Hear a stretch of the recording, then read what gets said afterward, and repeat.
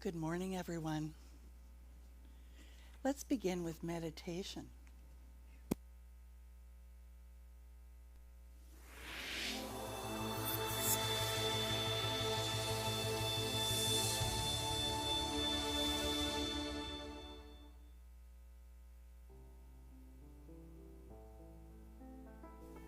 Welcome to this guided meditation, focusing on gratitude and a wonderful life.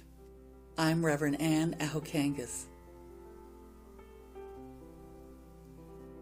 So let yourself sit quietly and at ease. Allow your body to be relaxed and open, your breath natural, and your heart easy. As you gently breathe, release all your thoughts of the day and bring your focus to your heart center.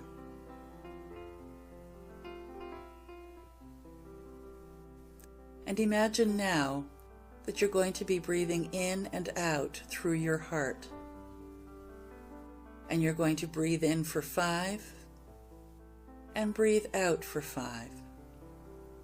So just breathe in to the count of 5. And breathe out to the count of 5.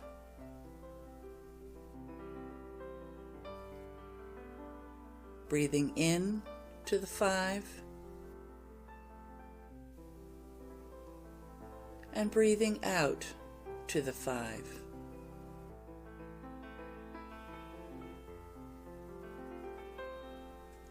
And now go ahead and imagine someone you love or something you're really grateful for. It can be a peaceful place, a pet, someone that you care about, even an accomplishment.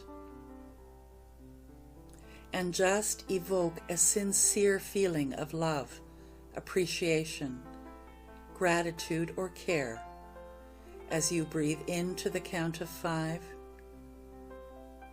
You're going to breathe in with that feeling in your heart. And as you're breathing out to the count of 5 through your heart,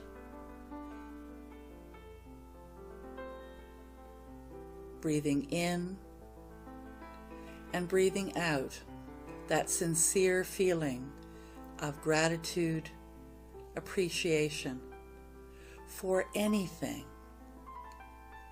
Breathing in to the count of 5 and breathing out to the count of 5. In for 5, out for 5. In for 5, out for 5.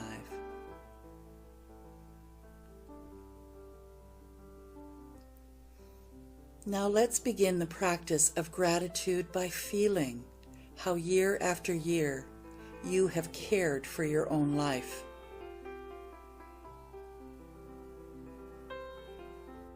Now let yourself begin to acknowledge all that has supported you in your care. With gratitude, I remember the people, animals, plants, insects, creatures of the sky and sea, air and water, fire and earth, all whose joyful effort blesses my life every day.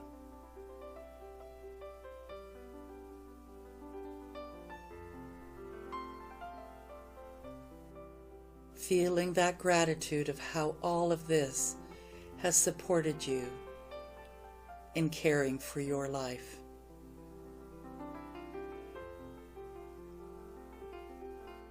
And now with gratitude, I remember the care and labor of 1,000 generations of elders and ancestors who came before me.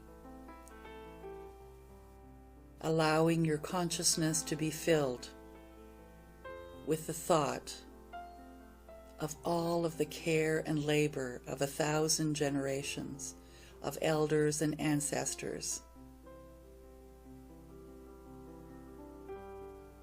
I am grateful for the blessing I have been given by Mother Earth. I offer my gratitude I have been given health and well-being. I am grateful for my family and friends.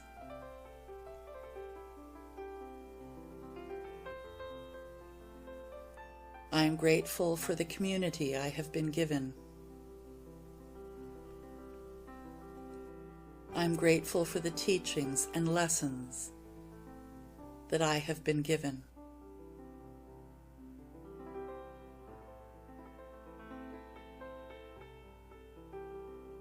I am grateful for the life I have been given. And just as I am grateful for my blessings, I am grateful for the blessings of others.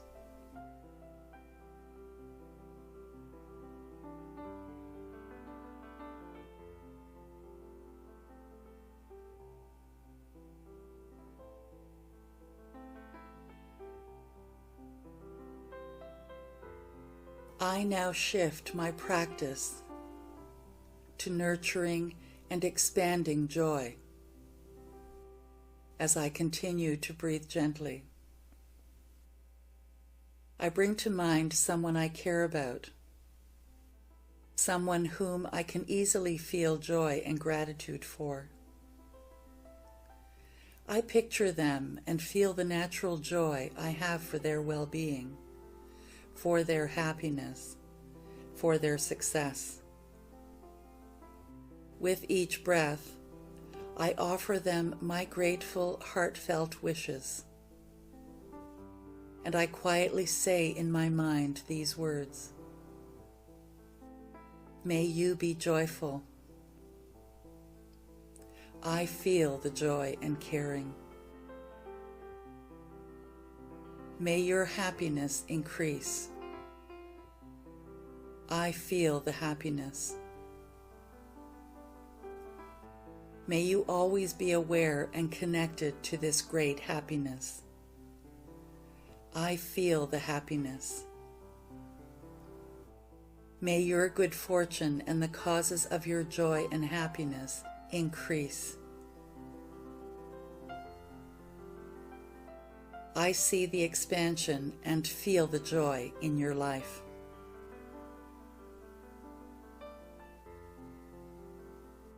I now open my contemplation to other loved ones and people in my life. May you be joyful. I feel the joy and caring. May your happiness increase. I feel the happiness. May you always be aware and connected to this great happiness. I feel the happiness. May your good fortune and the causes for your joy and happiness increase.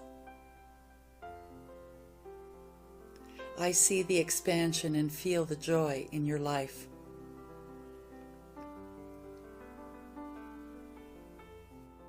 I feel the joy for them growing strong, and now I return back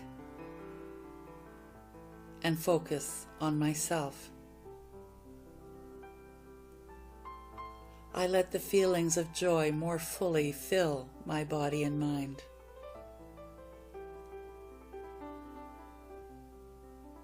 I continue repeating the intentions of joy over and over. I allow the joy to fill my awareness. I am joyful.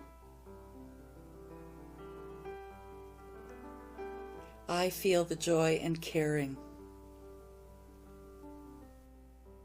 I allow my happiness to increase. I feel this happiness increasing.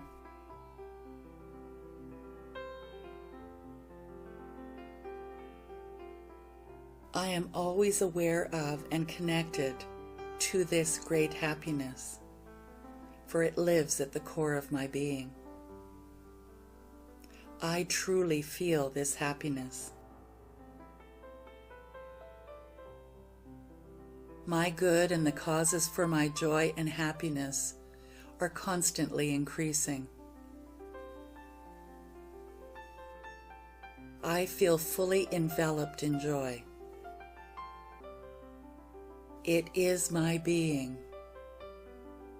Joy is who I am. And I feel the support of this joy. I now begin to easily include every other person, even the difficult people, even enemies, until I extend joy to all beings, everywhere, young and old, near and far.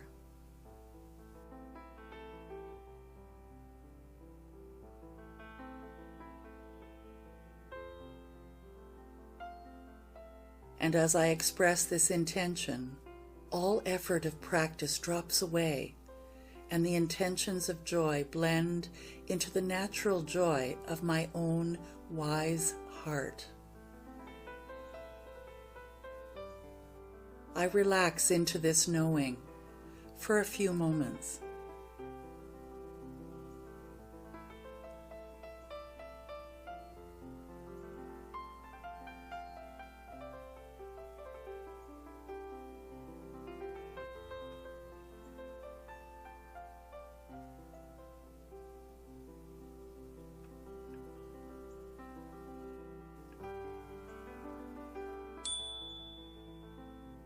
I know this joy is here for me whenever I need it.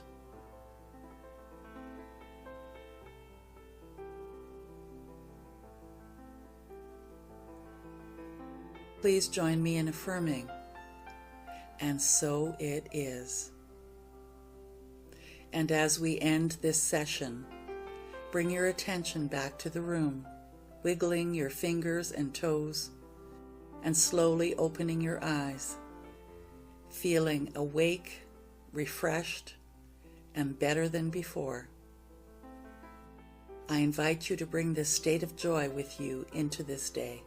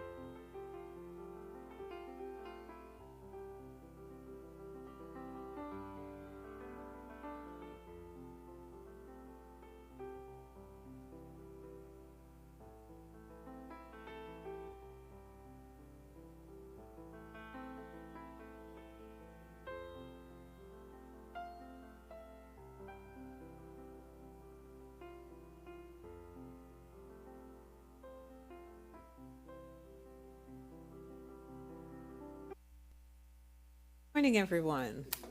Morning to everyone here in the sanctuary, and to all those of you who are joining us online. We welcome you to our service today. My name is Marcia Daly. I'm your presider, and I say this every week because it's true. 10% of everything that we receive goes out to bless our community, and we thank you for supporting our work here at Unity.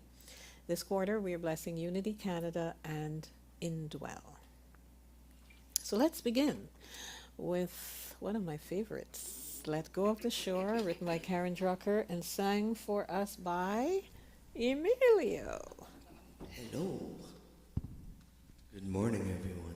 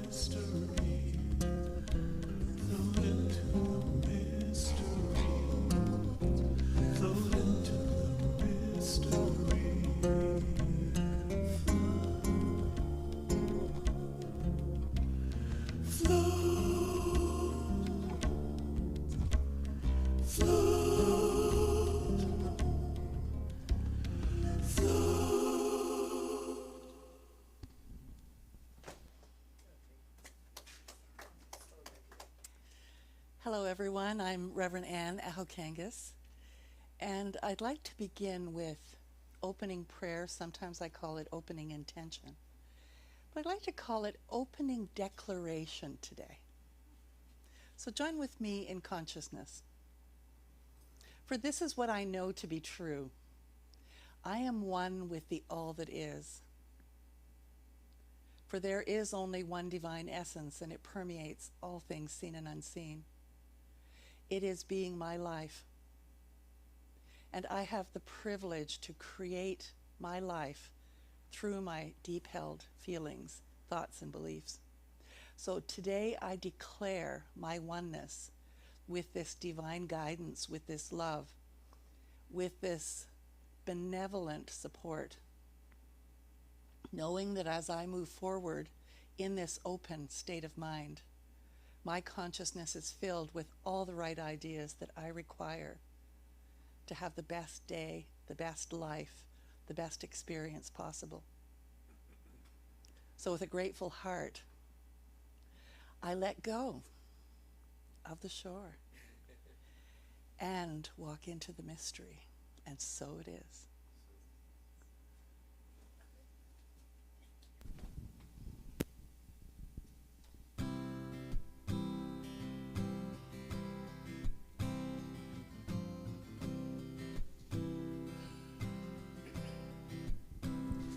Get ready, my soul. I'm diving in. Get ready, my soul. I'm diving in to the deepest kind of love, to the sweetest part of life. Get ready, my soul. Everything I've ever done, everything I've ever been, everything I've lost or won, everything I've ever dreamed has brought me here to the present moment, here to a new beginning here, and I'm seeing life so clearly now. Get ready, my soul. I'm diving in. Get ready, my soul. I'm diving in to the deepest kind of love, to the sweetest kind of life. Get ready, my soul. And here I go, deeper, deeper, deeper than I've ever been before. Here I go, closer, closer, closer to my sacred source. Here I go, deeper, deeper, deeper than I've ever been before. Here I go, closer, closer, closer to my sacred source. Get ready, my soul. I'm diving in. Get ready,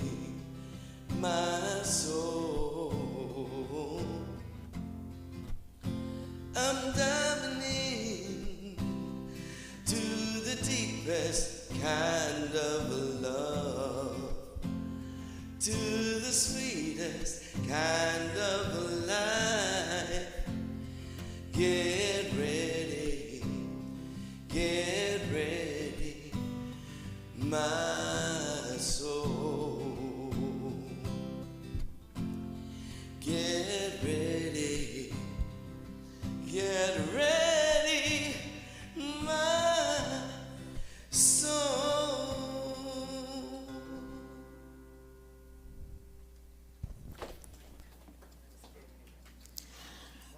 The absolute word for today, written by Reverend Paul Hasselbeck, is deep.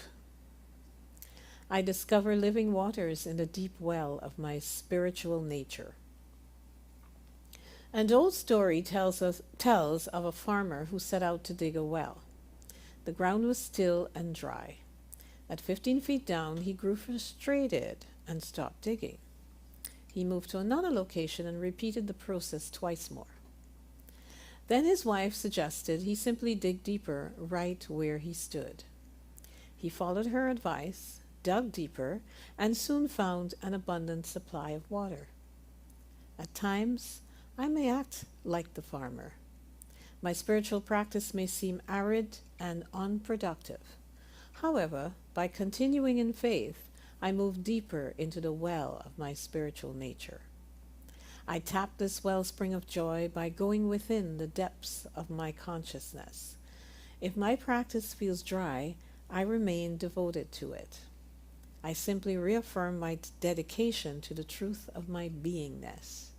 I dig deeper and discover all I could ever want and all that I am.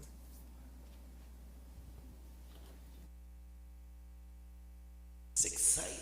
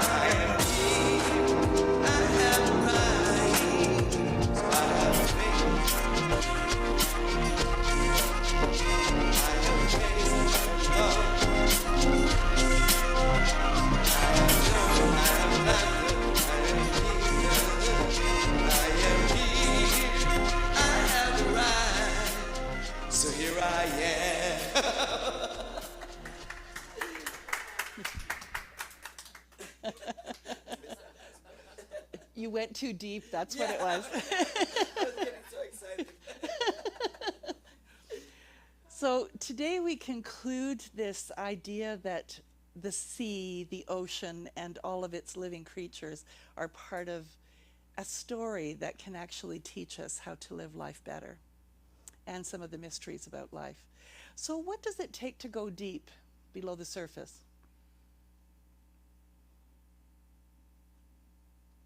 Because we don't know what we don't know, right?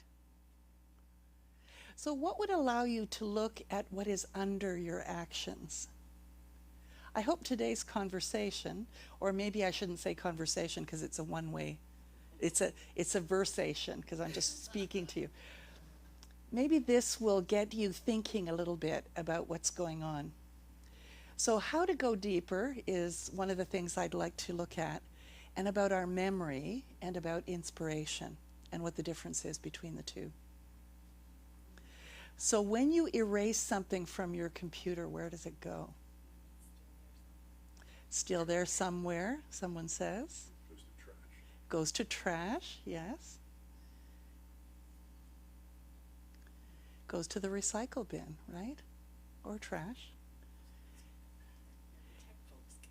The tech folks actually can get it back even outside of the recycle bin, but it doesn't ever really go anywhere until you permanently delete it.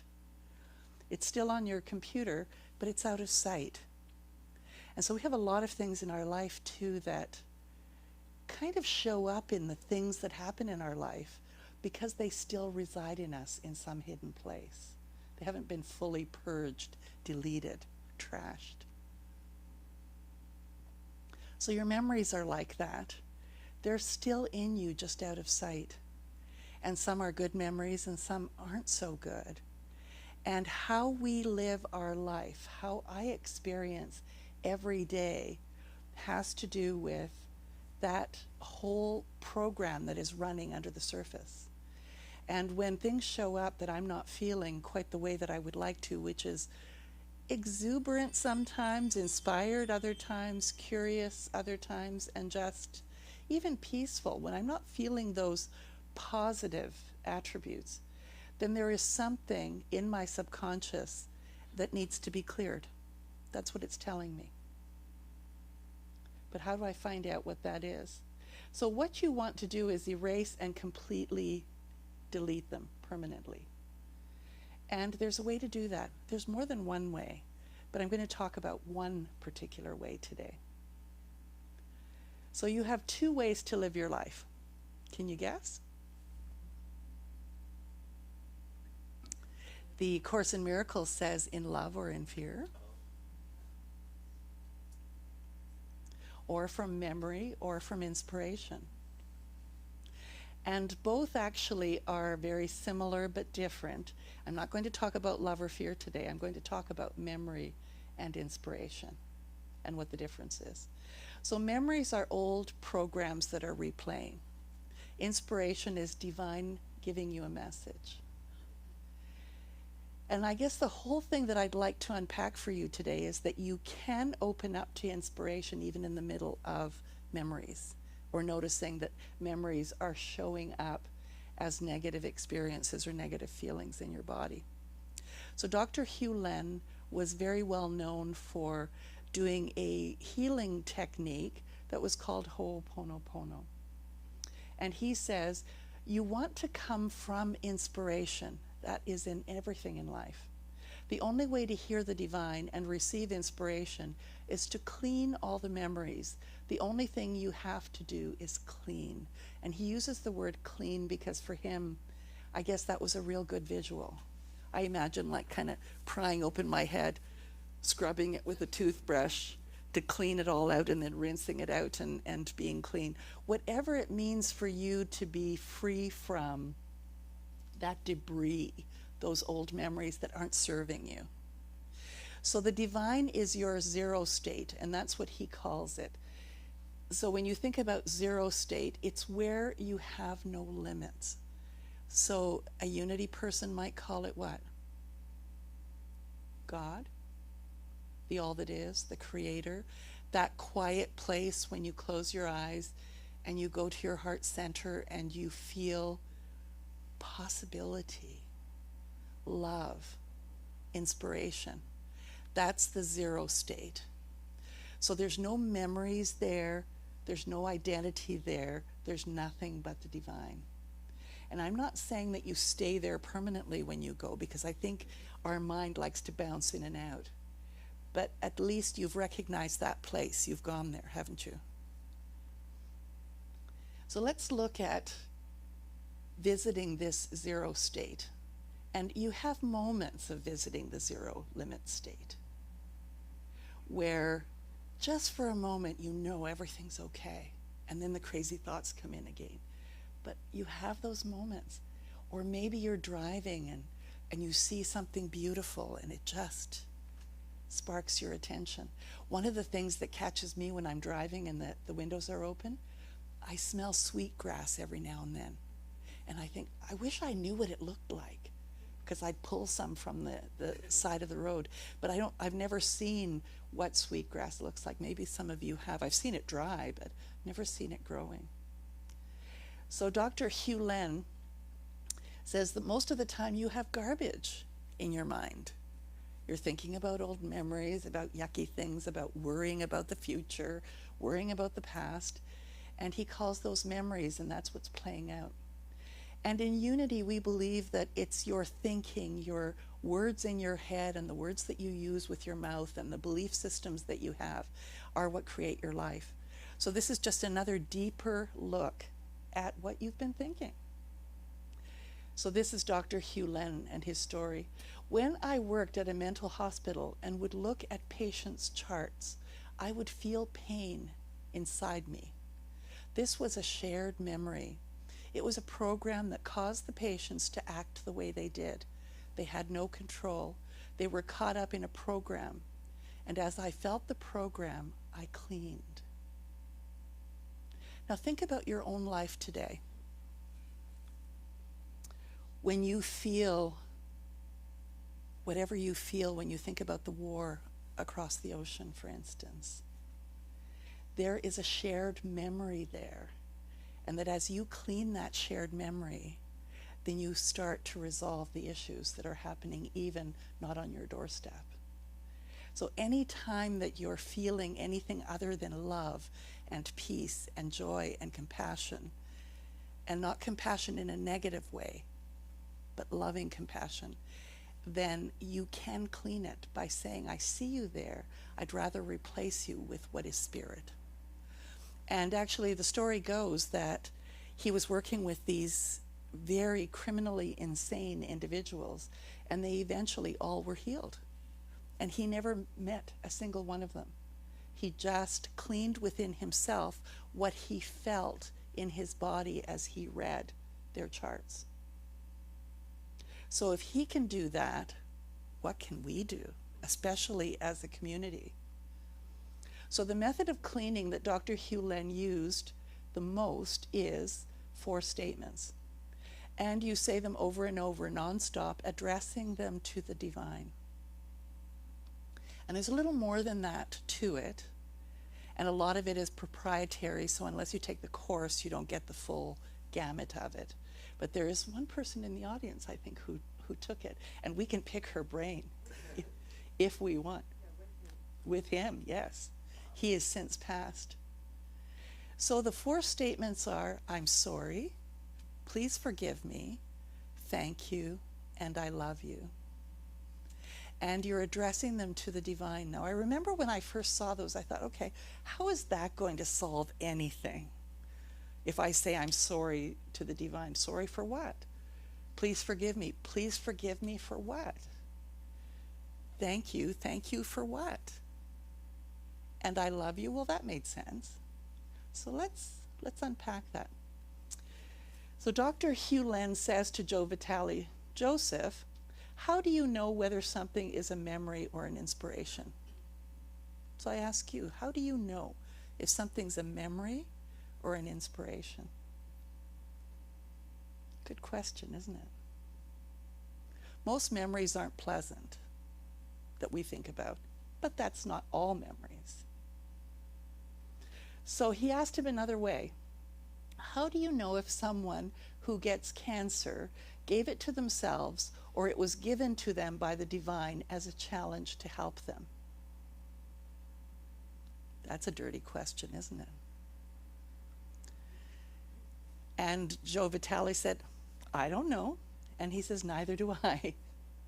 And that's why you have to constantly clean, clean, clean. You have to clean on everything and anything, as you have no idea what is a memory and what is an inspiration. You clean to get to a place of zero limits, which is the zero state. So if you're not sure, is this something I should clean or not, clean it.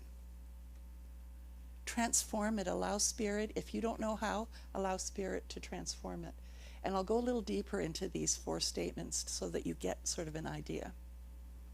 So here's 4 examples of phrases in this practice. So let's say you're someone or you know someone who's comparing themselves to other people. I used to do that all the time. I'm not as good as them. I'm not as young as them. I'm not as. Or they're this and I'm not. So you begin with, I'm sorry. And this would be the thought behind the I'm sorry. For comparing myself to others and believing myself lacking and inadequate. Because that's ultimately what I'm doing when I'm comparing. I'm sorry for punishing myself when I believe myself to be less good or more valuable than other people I compare myself with. Please forgive me for making these mind-invented stories about my value as reality. So the spirit within me, I'm saying, forgive me for having forgotten that I'm magnificent and I'm connected to something that is so much more than these limits that I've put on myself. Thank you for revealing that these made-up value judgments only have meaning in my mind and not in the world beyond it. Again, it's coming to the place of saying, thank you for having it show up so that I can look at it and decide again. Thank you for showing me that when I obsessively compare myself to others and find myself either lacking or feeling better than them, this is only the inner child of my unconscious trying to feel good enough and yearning to be loved. And if a little kid came up to you yearning to be loved, what would you do? You'd love them, right? That's what your soul is calling for. So to be able to say, thank you for showing up so that I can love you. Please forgive me for not caring or being compassionate to myself, for deflecting from these tendencies rather than accepting and embracing them. And we do deflect a lot, don't we? Oh, it'll go away if I don't think about it. Because it doesn't. Because what happens when you push something? It pushes back. Especially those kind of negative feelings. What you focus on grows. Good or bad, or in between. So the final statement in this, body, mind, heart, and being. I release you from the urge to compare yourself with others because I love you. So here's one, talking about war and stuff like that. Observing violence and war around you and inwardly focusing your attention on them. Because you can't outwardly focus on anything. It resides in your body when you focused on it. And you have that experience and you become the beacon of that. So I'm sorry, war. Please forgive me for all the unconscious ways I contribute to violence, oppression, and ignorance. And that's a really deep one because you don't see it and experience it if it doesn't reside in you in some way. So to be able to say, I'm sorry that I continue to focus on this war and this violence because I'm perpetuating even more of it. How can I be instead? Thank you for bringing my attention to the impulse to fight and to re-examine if it actually works. I love you. You know, fighting never really worked. Running really fast did, though. I remember being, about 10 years old or so, and my mother used to put my hair in they used to be these donuts that you put a ponytail in and then it looked like a donut because you wrapped your hair around it. And my hair was the same color as my skin, so I looked as though I just had a donut on the top of my head. And of course, 11, 12, 10-year-olds love to pick on somebody who looks funny. And I used to I couldn't stand it when they'd make fun of me, and all I wanted to do was run. And then go home and say, Mom, take this out of my hair, they're making fun of me. Thank you to the sadness that arises when I see such violence for reminding me to care and love. Because it can feel helpless to watch something like the war on the news or the violence on the news or social media. And you say, what can I do? To recognize that what you focus on grows. And when you focus on that negative, you're going to get more of it. You give it more power. And to say, thank you for reminding me that I've been focusing on the wrong things. I choose to focus on that which brings life rather than takes it away. Forgive me. I love you, Earth, despite all the cruelty. I love you, humans. Thank you. Now, you may not think this way, but you can see how the statements of forgive me, I love you, and thank you can be used with more thought behind them rather than just those statements. So how about this one? Insecure about an aging face and body. Anybody there occasionally? Then maybe this one's for you. Dear face and body, I'm sorry.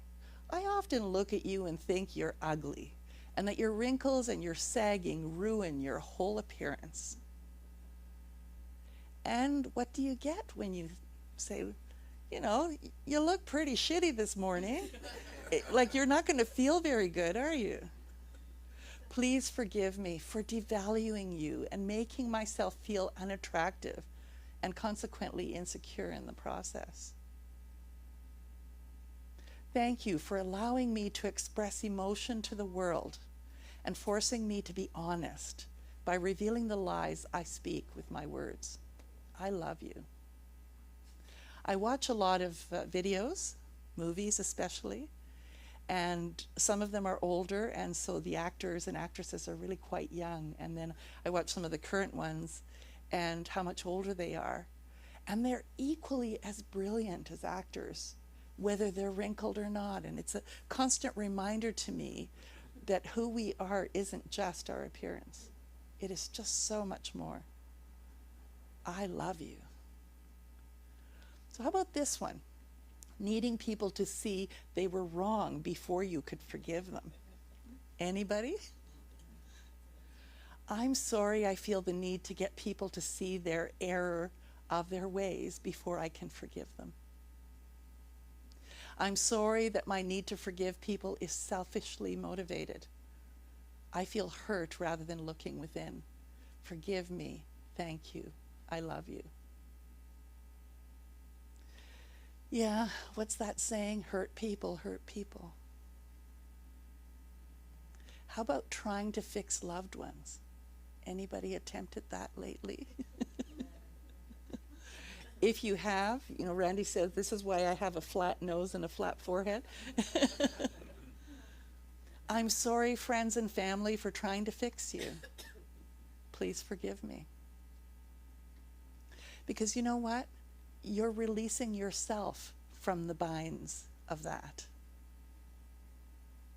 I love and accept you just as you are, because I choose to be loved and accepted just the way that I am. Thank you for existing, because they have given me the opportunity to see more clearly how I can love myself more.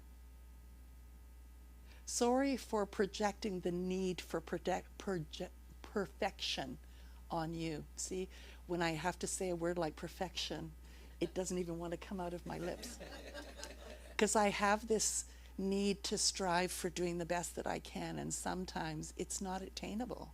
The best that I can is attainable, but what I think I can accomplish is this elusive idea. It's my own feelings of unworthiness. I forgive you your perceived flaws because what I see in you resides in me first. I love you. There was an exercise that we did years ago, and it was write down 6 people that you admire, either actors, famous people, politicians, family members. They could be people who had passed, and then write 3 characteristics that you really loved about them. And then at the end, they asked you to rub out that person's name and put your name there. And what that was to teach us is that what we see and admire in others is what we are already. But the same goes for the other. What I see or hold disdain for in another also resides in me. And I can use both of them as tools. So how about resisting people you feel are being judgmental? Oh, I hate feeling like I'm being judged. But try doing some public speaking for a few years. You'll get over it. So I'm sorry I feel hurt and disdain when I hear people being judgmental. And the first place I go there is, yes, I do. And I'm also judgmental of me. And I recognize that I couldn't be judgmental of anyone else if I wasn't also really well versed in being judgmental of me. So being judgmental is something I don't like about myself either. And I'd rather avoid it, and this somehow keeps it hidden from myself and others. Please forgive me. Thank you. I love you. It's funny the tactics that we use to avoid thinking about what it is that's really going on. So Dr. Hugh Len states that our minds have a tiny view of the world, and that view is not only incomplete, but also inaccurate. Your subconscious mind is in charge. The urge to come here today may seem like it came from a conscious choice. In reality, your brain first sent a signal to come, and then your conscious mind followed with a stated intention, something like, I think I'll go to Unity today. But it started in your subconscious, a desire for something. And then you chose it. You could have chosen not to come, which you would have rationalized in some other way, like, oh, I need to do my hair or something. But you could not control the origin of the signal itself that was nudging you to take action. And that's the thing. Your subconscious is constantly sending you messages that you cannot control. But what you can control, once you recognize what they are, is to clean them from your subconscious. So this is from The Wayward Mind by Guy Claxon. No intention is ever hatched in consciousness. No plan ever laid there. Intentions are actually premonitions, icons that flash in the corners of consciousness to indicate what may be about to occur. You know, and we go along not realizing that there is a big part of us that is guiding our lives. Nothing exists at zero. Nothing exists in the state of the divine. It just is. There's no problems, and there is no need for intention either. Joe Vitale says that he lost 80 pounds by being mentally tough and asserting his intention to lose weight. And it's interesting, there are a lot of things that we've all done where, you know, you bite the bullet and you just do it, and it's really tough. So was he declaring an intention or just responding to his brain's signal to lose weight? Was it an inspiration or a memory? So he wrote to Dr. Hugh Len, because he wanted to know. And Dr. Hewlett said nothing exists at zero or at the point of creation. No problems, including the need for intention. Weight concerns are simply memories replaying, and these memories displace zero, you. And when you can release, and you'll know the day that I'm skinny that I've released them, whatever concerns are there that I'm hanging on to that are causing me to express in this way, I'm working on it. To return to zero, you, because there's no separation, requires divinity erasing memories behind the weight concerns. And see, that's where I get caught up. I don't know if you do. I think I have to do it, but it's the divinity within me that does it. And when I can open up to it and trust that I don't have to manipulate it, that I can just let the stuff go and open the door to whatever the divine is choosing to express as me, then everything becomes harmonized. That's a big one to understand.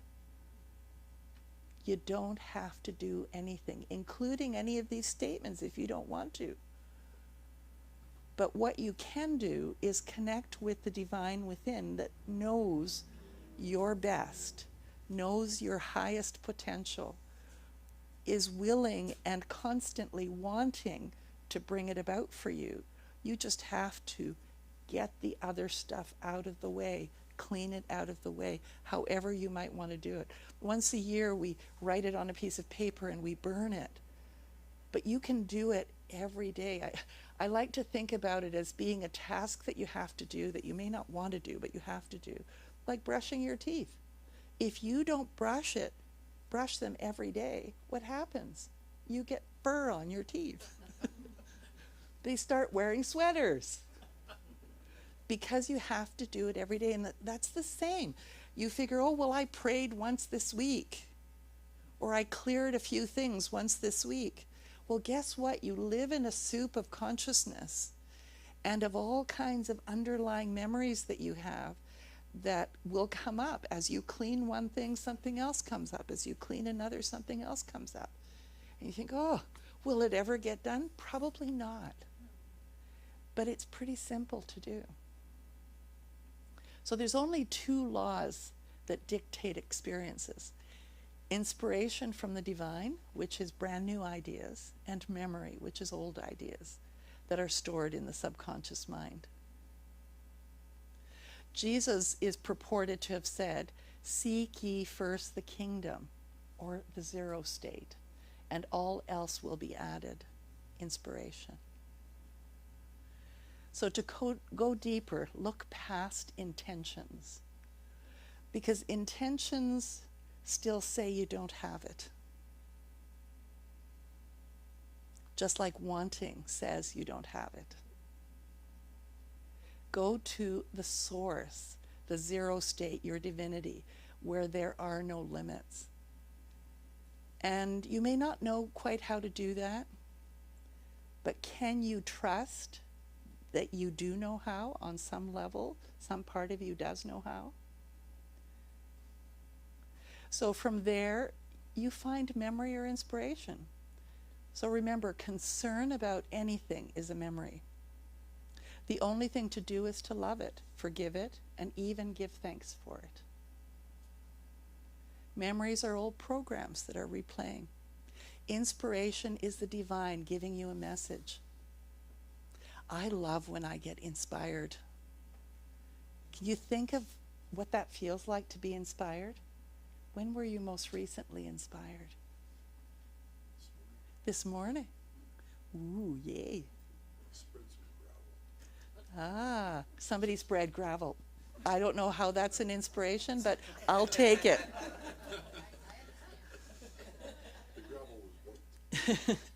So by cleaning it, your memories, you guarantee that the divine has a chance to come through with an inspiration. And that's the whole idea. So I've given you some handouts just as a reminder. of the statements. And for those of you that are watching, I will put it in the description of this video later this afternoon. So let's affirm this with everything is beautiful, because it is. Jesus loves the little children, all the children of the world. Red and yellow, black and white, they are precious in His sight. Jesus loves the little children of the world. Everything is beautiful in its own way, like a starry summer night or a snow-covered winter's day. And everybody's beautiful in their own way. Under God's heaven, the world's gonna find a way. There is none so blind as he who will not see. We must not close up our minds. We must let our thoughts be free. For every hour that passes by, you know that the world gets a little bit older. It's time to realize that beauty lies in the eyes of the beholder. Everything is beautiful in its own way, like a starry summer night, a snow-covered winter's day. I sing it, children. Everybody's beautiful in their own way. Under God's heaven, the world's gonna find a way. We shouldn't care about the length of his hair, the color of his skin. Don't worry about what shows from without, but for the love that lives within, we're gonna get it all together now. Everything's gonna work out fine. Just take a little time to look on the good side, my friend. Straighten it out in your mind, and everything is beautiful in its own way, like a starry summer night, a snow-covered winter's day. I sing it, children. Everybody's beautiful in their own way. Under God's heaven, the world's gonna find a way.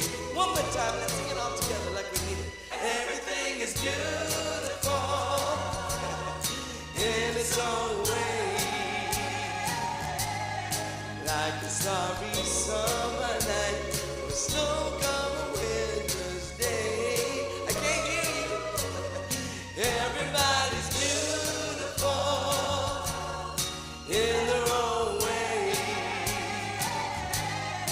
Under God's heaven, the world's gonna find a way.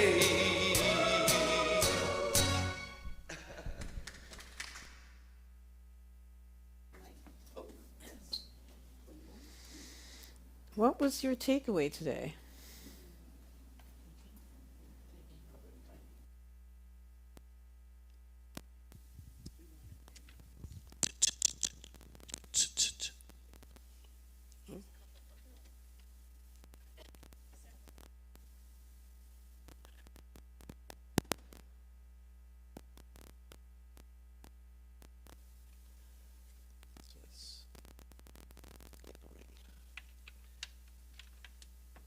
Okay, it's better. Hello, Bruce. Okay, I will. Okay. Okay, I drove a transit bus for 40 years, and when you're a transit driver, a lot of times you get complaints like people are just in a bad mood. So they complain about dirty windows, the temperature's too cold, too hot, whatever. So one day I pointed out, well, ma'am, you know how we have sorry out of service on the front of the bus? The sorry really means we're sorry for anything that you're going through at this moment. So that was it. So kind of calmed her down anyway. Thanks.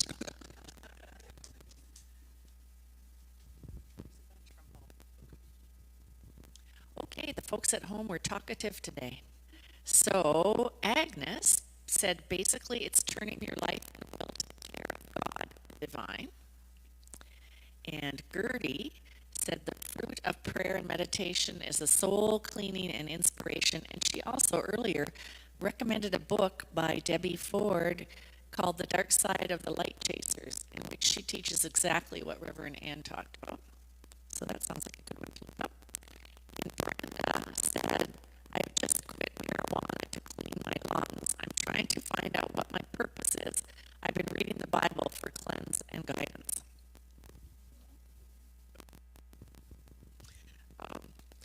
I have these hearing aids, and I struggle with them, and I can hear things loud, but they're gobbledygooks. I took it in, and I found out there's these two little holes at the back. No, talk into the mic. Talk into the mic. There we go. I have these hearing aids, and I've struggled with them. And then last time I went in to have them serviced, I said, things are loud, but I don't really understand what they're saying. I said, it's like gobbledygook. And she says, well, you got to clean them. I said, well, clean them inside my ear. And she says, no, there's these little holes on the outside. So receiving the information. So if I clean them, then what comes in is clear. So I have to clean the first and second come in. So that's my takeaway. It's the same thing. Clean the wax out of your soul.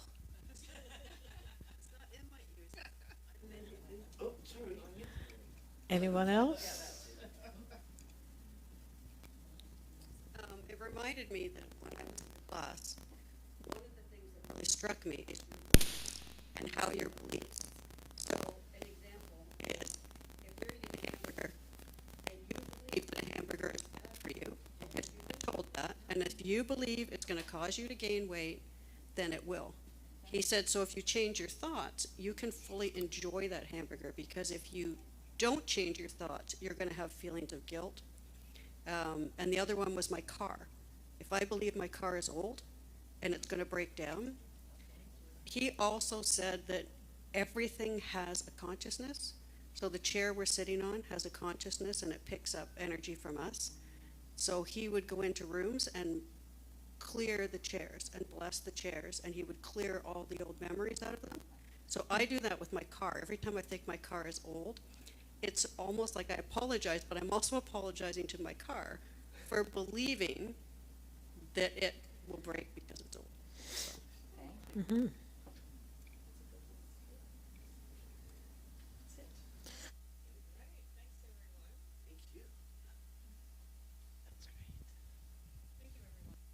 Including those at home. We love when you share what you're thinking with us. I can't remember who it was, but somebody was speaking age into my car, and I stopped them. Because I love my car. I don't care how old it is. It works beautifully. So my takeaway is, I'm taking away just one thing today. That memories are old programs replaying, and inspiration is the divine giving you a message. That memories are old programs replaying, and inspiration is the divine giving you a message. Yeah. And as always, thank you. Let's turn our attention to conscious giving. And in conscious giving, on our part, we're saying thank you for all the gifts that you are giving us, because it allows us to do what we're doing today, to send our message out, and we don't know who will receive it, how it will be received. That's none of our business. We are just making it possible for the message to go out. And so if you'd like to contribute and you're not here in the sanctuary, you may send an e-transfer to admin@unityspiritualcenter.com or checks payable to Unity Spiritual Center. So let's say that affirmation together. Divine love that I am blesses all I give and all I receive. And as always, we love if you would subscribe and like our videos.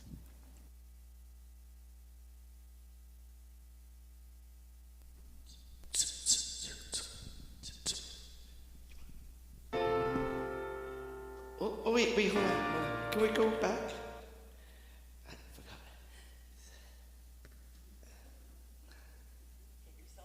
Okay, here we go. Okay, I'm plugged in now. Thank you.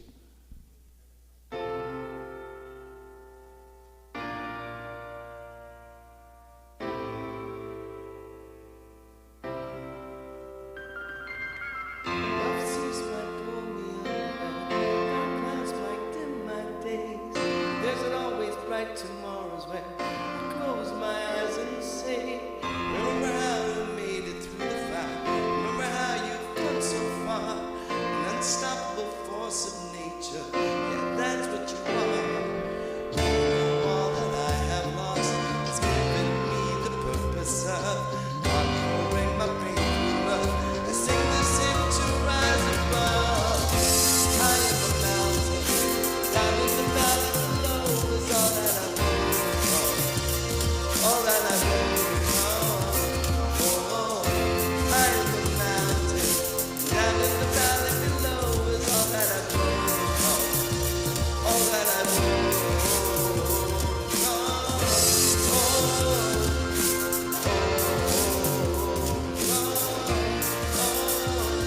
I'm a fighter, it's like I want to be one. Whatever life may throw, I'll pass the test. Whatever fate might dream, might for me next. I stand up in the land, the sky shaking the thunder and wind through the tide. I know all that I have lost has given me the purpose of conquering my pain through love. I sing this hymn to rise above. I am a mountain, down in the valley below is all that I've overcome. All that I've overcome. Oh, I am a mountain, down in the valley below is all that I've overcome. All that I've overcome.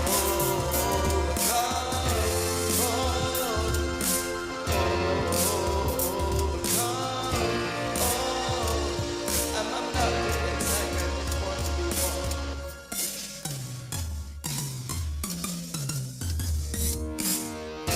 I am a mountain, down in the valley below is all that I've overcome.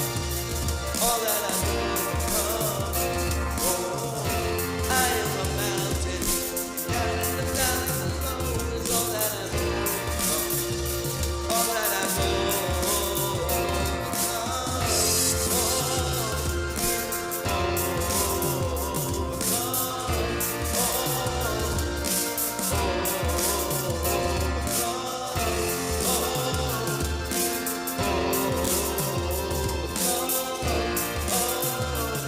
I'm a fighter, it's like I was born to be one.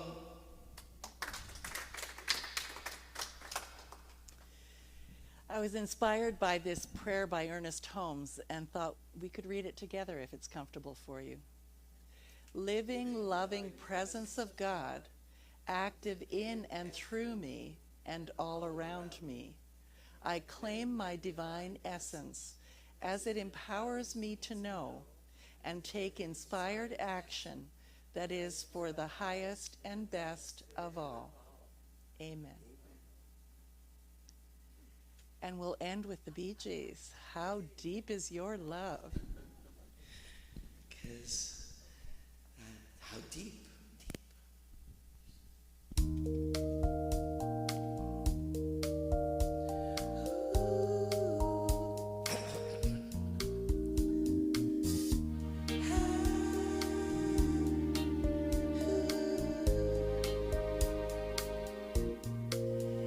Know your eyes in the morning sun. I feel you touch me in the pouring rain. And the moment